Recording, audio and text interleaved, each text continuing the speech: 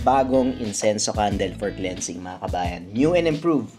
Nakalagay na to sa can na may laser engraved na insenso. At hindi lang tayo basta naglagay ng can mga kabayan, nasa loob yung pinakabago at pinakamaganda. Meron na rin tayong warning sticker dito.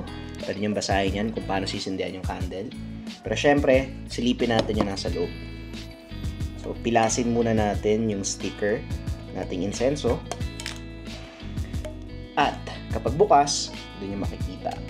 Angas ng ano natin, no? Packaging. Laser engrave. At nandito na yun. Makikita nyo na mismo yung chunk ng insenso. Tignan natin yung color yellow.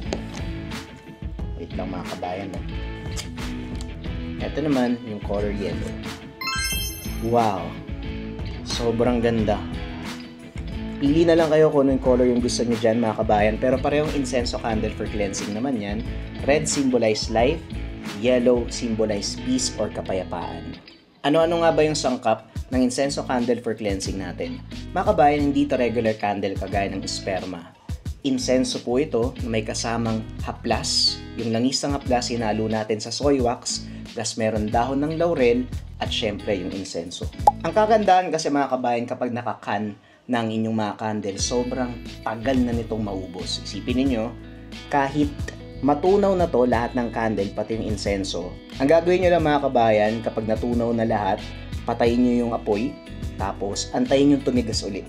Kapag tumigas uli yun, pwede nyo sindihan, magagamit nyo siya ng paulit-ulit, mas matagal, mas mahaba dahil meron ng lalagyan.